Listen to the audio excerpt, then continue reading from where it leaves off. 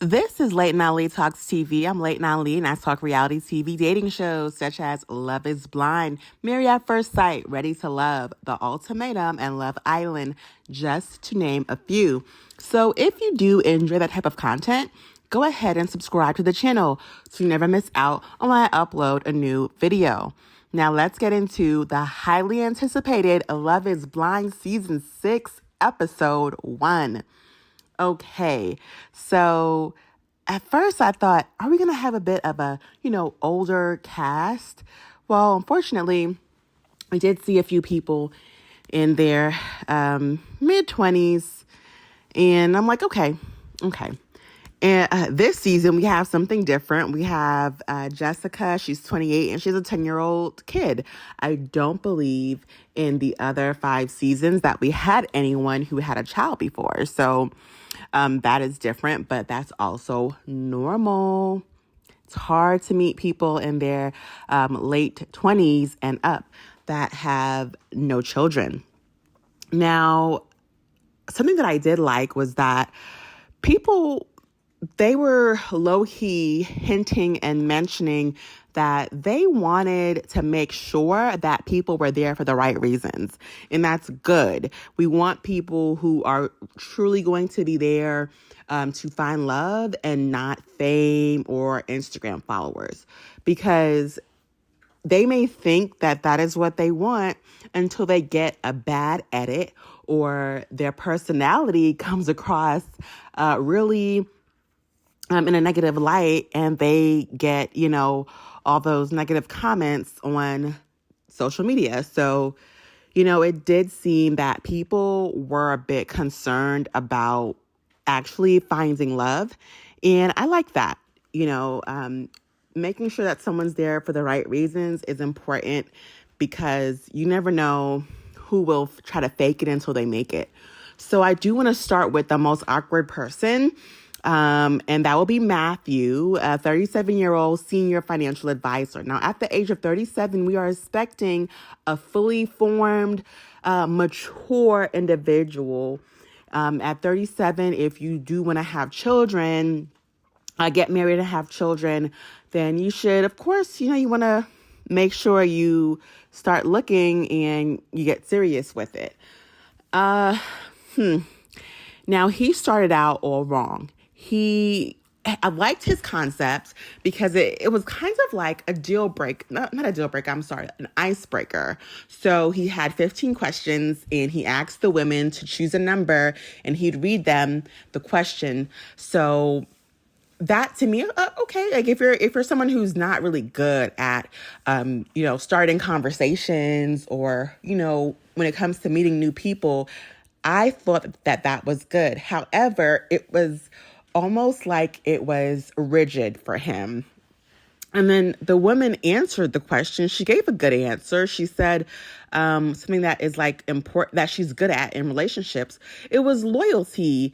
And she asked him, hey, tell me, what you're good at, or whatever the question was. And he got upset and, he left. Now, again, as fully formed adults in their late 30s, we would think that, we know it's not okay to just leave a conversation randomly without giving, some kind of excuse or excusing yourself from the room. But he just walked away and left.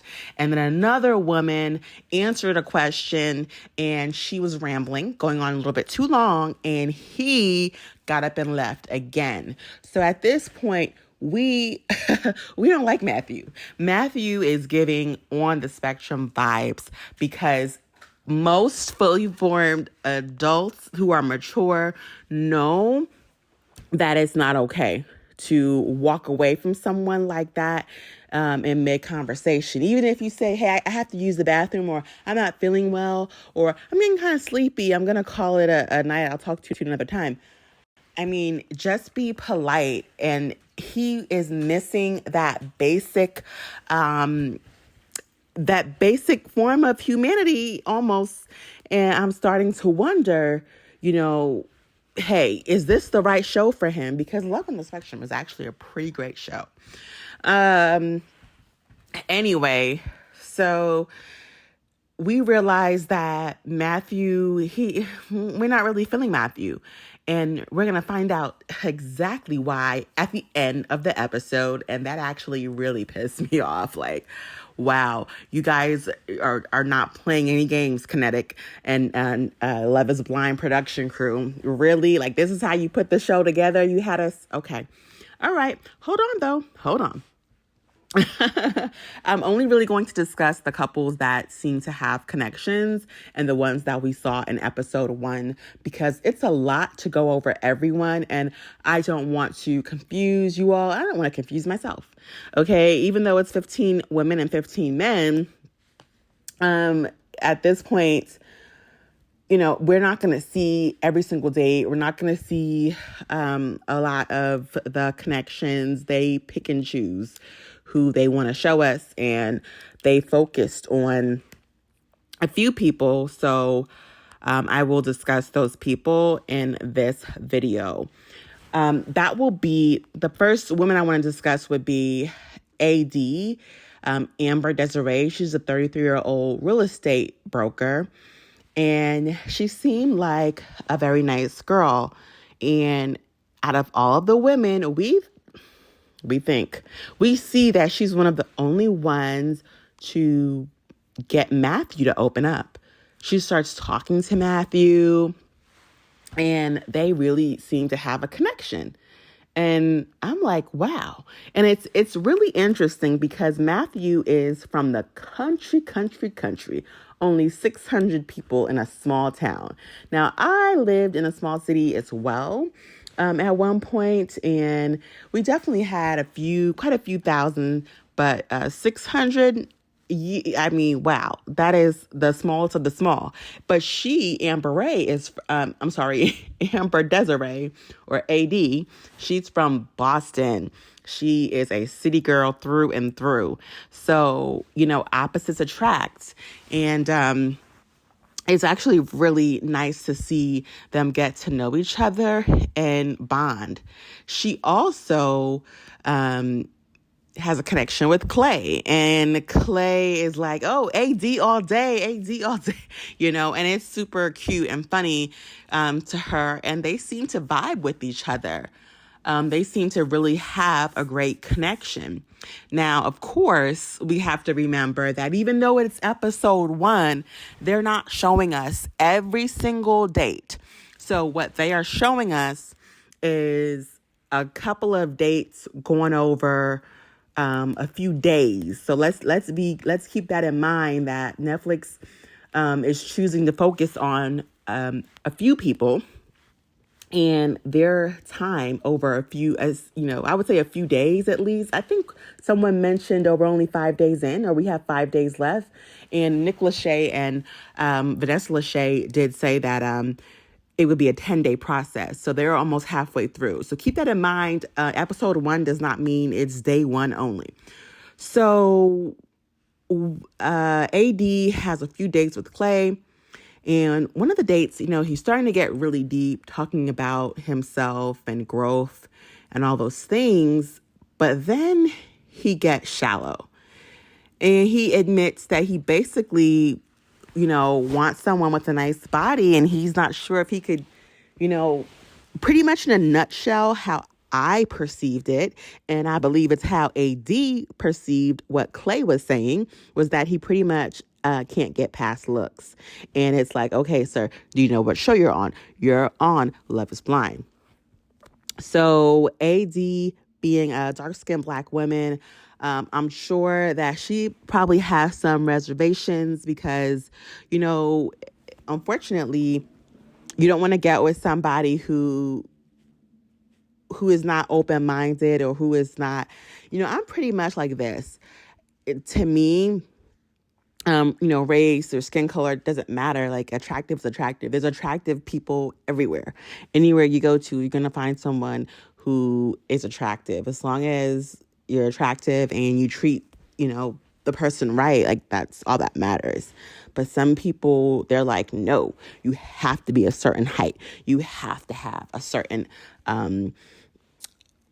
body type, and they can't get over that. So at this point, I'm with AD. You got to dump Clay and let him go, because if he cannot get past looks, then that would be a problem.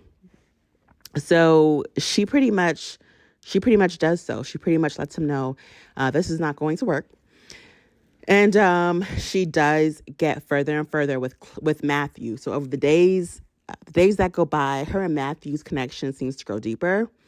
And he admits to her, after our date, I wanted to call my mom and tell her that I found someone. And that was like super sweet, like, oh, wow. And he's pretty much telling her, like, I could leave here with you. I'll go propose on a mountain. He's like, tell me about your father, because I feel like I have to ask, his permission. Like, he's putting it on her. But he also mentions,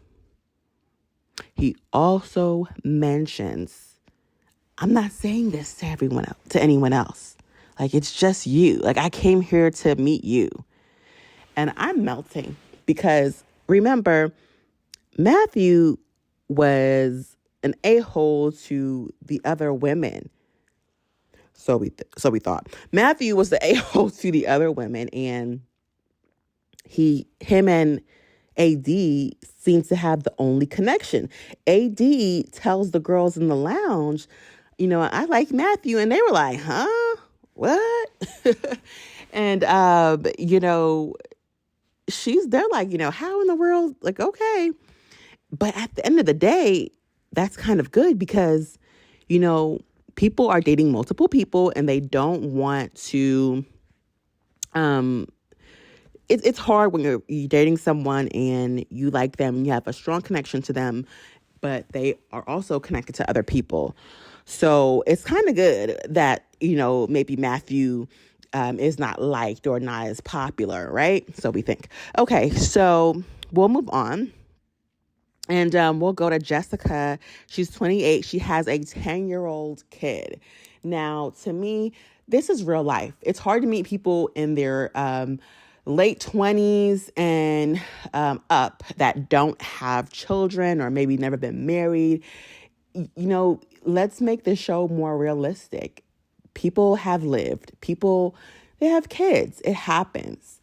I don't like that she didn't want to mention it right away. I think if you have something going on and you think that it may be a deal breaker for some people, go ahead and just lay it out on the line. Don't waste your time. I'm sorry, she's 29-year-old executive assistant. Okay, so Jessica has a connection with Jimmy. Jimmy is 27 and Jimmy looks 37. I was like, what is going on with Gen Z looking, older than their ages? Like, this is a real thing. We need to get the scientists out here. Well, now the website says he's 28. I guess, at the time of filming, I'm sure he was 27. He's in software sales. But Jimmy seems like a good guy. He really does. And she has a great connection with him, but she waits a few days to tell him that she's a 10-year-old kid. And she tells him and he tells her, it's not a deal breaker, but I'm a bit taken aback as to why, you're just mentioning this, right? And she explains that it was with someone she knew since elementary school, and he was like, her constant, her safe space, and she did get pregnant right after high school or her senior year of high school, and they never did get married, and they were together up until like a year after the child was born. And her daughter's name was Autumn, which is a beautiful name. But Jimmy, he feels a way about it, but he tells her it's not a deal breaker. However, we'll see as the episodes go on, is that really true? When you have other options, will you not choose Jessica because she has a kid? So we'll see. I think he was definitely taken aback because I think this is the first time in all the seasons of the show that someone has a kid. So Okay. Anyway, he also has a connection with Chelsea. Chelsea is 30 years old. Um, Chelsea Chelsea reveals to him that, Chelsea is a flight attendant, and there's always a flight attendant in Netflix. I feel like every single season, if you go back and check every season of Love Is Blind, there has been a flight attendant. Flight attendants, I guess all the traveling makes it hard for them to find someone, but shout out to the flight attendants. I'm jealous that you guys get to fly for free. In another life, I might want to be a flight attendant. Now, however, Chelsea admits that she's been married before. Unfortunately, she tells this to Jimmy right after he has the date with Jessica, and finds out that after multiple dates and multiple days of talking, that Jessica has a 10-year-old kid. And then he finds out on the same day that Chelsea has been married before. She was married at 18 for 5 years. It didn't work. No big deal. Here's the thing. Yeah, it was a lot for him to find out about people multiple days after talking to them. And he felt away, but again, he told her it wasn't the biggest news he's heard all day. And it seems as though she took it as if he was trying to break up with her or something. Now, it could be editing. It could be editing, but it didn't seem as though he was saying that it was that big of a thing for him. He just had a lot of heavy news that day. But anyway, she leaves the room crying. And, it's a lot for her. And then she goes on a date with Trevor. Trevor's a 31-year-old project manager. He is the bodybuilder looking type with the mullet. And here's where I know that Chelsea's going to be a problem. So Chelsea says her and Trevor are having a conversation. And Trevor says, have you ever told someone you love them and didn't mean it? And she goes yeah, and my 3 relationships. Girl, what? And you were married before? She says something to the effect of, I told them that I loved them, but I wasn't sure if that's what I was really feeling. And it's you know what, ma'am? It's either you're one of those people who they are in love, but after the relationship ends, they claim that it wasn't really love. Or you're one of those people who just never been in love, but you just tell people that you love them to keep them happy. Either way, not at 30 years old. Go on. Because she said she had 3 relationships, and she also was married. So at some point, you're okay, when are you going to be honest with your feelings? Why are you in these relationships if you're not in love? She's one to watch. I feel like she's manipulative because the same day she has the conversation, let's not forget, she just told Jimmy that she was married before. She was hesitant in telling him. She was slow in telling him. She knows that is something that some people may have a problem with. And then she casually, and this is what some people will miss, she casually tells Trevor, oh, did I tell you before that I was married? And Trevor's no, I don't think so. And she's yeah, I got married. And it's you told Jimmy with the extreme caution, and then you told Trevor it was some random thing that you forgot to tell him. What did you think that if you told Trevor the way you told him that it wouldn't come off as a big deal? Okay, no, I could already see there may be some drama with Chelsea. She's coming off as inauthentic already. I peeped the game.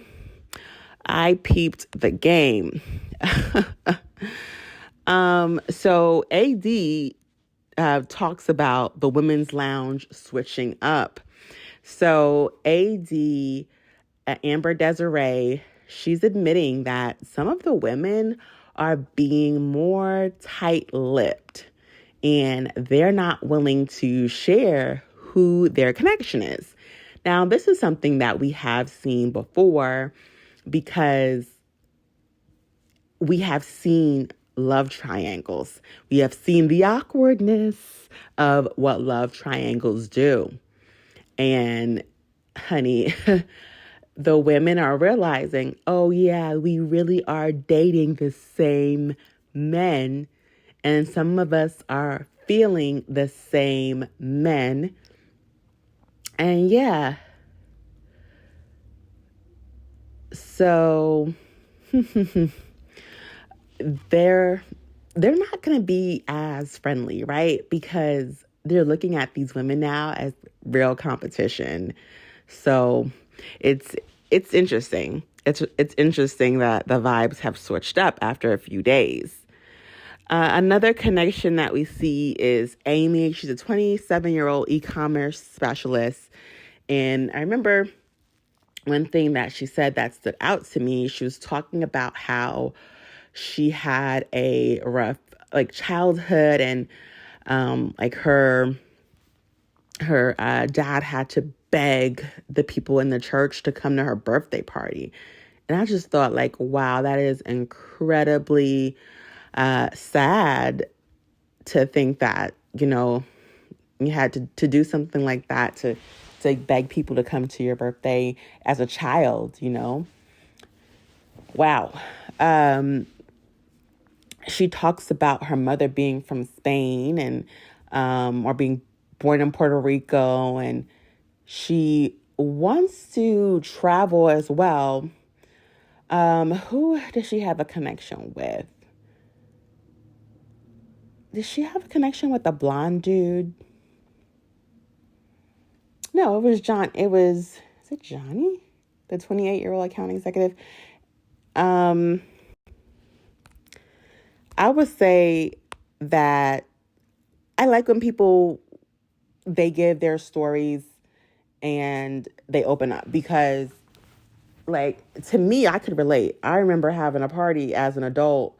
I want to say it was my 20th or something. And one person showing up. It was a dinner party too, but yeah, it was awful, awful. So I could relate to that girl. So yes, it was Johnny that she had the connection with, 28-year-old account executive. They seem to bond.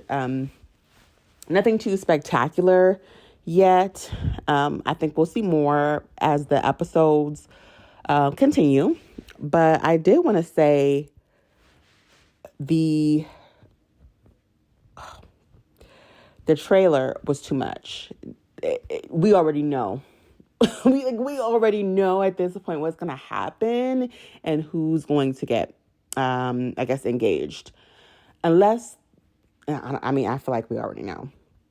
It was way too much in that trailer. That not even the trailer, the teaser from episode 1. As soon as you start watching episode 1, they show you everything that's getting ready to happen. And you're like, okay, you guys really just gave it away. Okay, the last thing I want to talk about is Amber. Oh, yeah. So after AD has her conversation with Matthew and he's telling her that he's ready to go ahead and, leave with her and propose on top of a mountain, and how he's not telling anyone else any of this. And he asked her about her dad because he wants to get permission to propose, but AD's father has passed away. She gets into the women's lounge and she sits down next to Amber, a 31-year-old medical device sales rep. And I believe she told Amber that she had a good date with Matt. And then Amber said, she's had good dates with Matt as well. And that Matt mentioned asking her dad to propose and leaving with her. And she was telling him, like, okay, those are words. I want actions. And baby, my jaw, I still haven't picked it up. Because we saw Matthew be an a-hole to a lot of the women.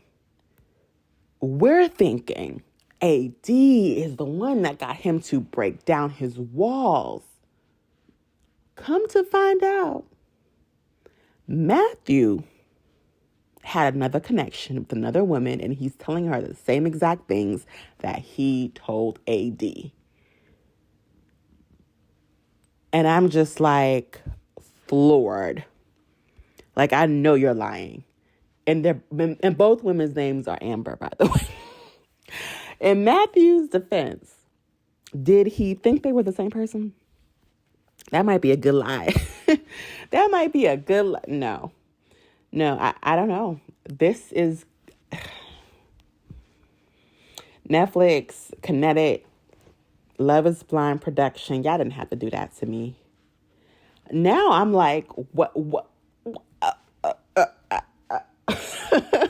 Why would y'all think that we have our first couple that is going to fall in love and then y'all do this to us? Oh, this is dangerous. This is dangerous. But I'm here for it. No. No, I'm pissed, as a matter of fact. Like, why would you guys do this? We'll see. Episode 2, here I come, because ain't no way that y'all gonna do this. So this is the only Black woman that we see finding a connection. And during Black History Month, why y'all doing this to us? Episode 2 better change some things. Oh, wow. We have 5 more episodes to go before next week. And we have to wait until new episodes to drop. But, honey, I wasn't ready for this. Thank you guys for watching. This is Late Night Lee Talks TV. Please comment below and let me know which couples you think is going to make it based on episode 1 and episode 1 alone. Tell me your thoughts on the first episode. No spoilers, please. Thank you for watching. This is Late Night Lee, and I'm signing out.